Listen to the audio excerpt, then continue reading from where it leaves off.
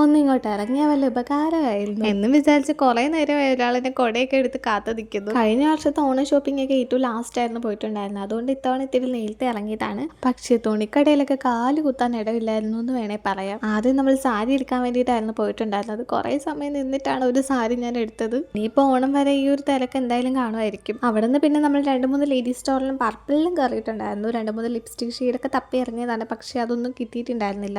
പിന്നെ ഏത് ലേഡീസ് സ്റ്റോറിൽ ചെയ്യുന്നാൽ ഈ ടെസ്റ്ററായിട്ട് വെച്ചിരിക്കുന്ന സാധനമൊക്കെ എടുത്ത് ചുമ്മാ കയ്യിൽ വരയ്ക്കാതിരിക്കുക. കാരണം ഞാൻ വരച്ച് വെച്ച് ലാസ്റ്റ് ചൊറിഞ്ഞൊരു പരിവായി. ഇനി അഥവാ കൈ തേച്ച് നോക്കിയാൽ നേരെ എടുത്ത് ലിപ്സിലോട്ട് അപ്ലൈ ചെയ്യാതിരിക്കുക. അവിടെ നിന്ന് പിന്നെ നേരെ കല്യാൺ സിൽസിലോട്ടായിരുന്നു പോയിട്ടുണ്ടായിരുന്നത്. ആദ്യം കയറിയ കടയിൽ നിന്ന് ഒട്ടും വ്യത്യസ്തമല്ലാതെ അതിനേക്കാളും പരിതാപകരമായിരുന്നു കല്യാൺ സിൽസിലെ അവസ്ഥ. അത്രക്ക് തിരക്കായിരുന്നു. തിരിച്ച് പിന്നെ വീട്ടിലോട്ട് വരുന്ന ഒരു വീടിന്റെ അടുത്ത് തന്നെയുള്ള ഒരു ലേഡീസ് സ്റ്റോറിൽ കയറിയിട്ടുണ്ടായിരുന്നു. ആലപ്പുഴ മൊത്തം അന്വേഷിച്ചിരുന്ന ലിപ്സ്റ്റിക് ഷെയ്ഡ് ഇവിടെ വന്നപ്പോൾ ജസ്റ്റ് പിസിനായിട്ട് കയ്യിൽ നിന്ന് പോയത്. കാരണം അതിന്റെ ലാസ്റ്റത്തെ പീസ് ഞങ്ങൾ വന്നപ്പോൾ ഒരു കസ്റ്റമർ എടുത്തിട്ട് പോയതേ ഉണ്ടായിരുന്നുള്ളൂ. എന്നാലും ഏകദേശം അതേപോലത്തെ ഒരു ഷെയ്ഡ് തന്നെ കിട്ടിയിട്ടുണ്ടായിരുന്നു. ഓണക്കോടി എടുക്കാൻ ഇനി ഒരു വരവും കൂടി വരേണ്ടി വരും.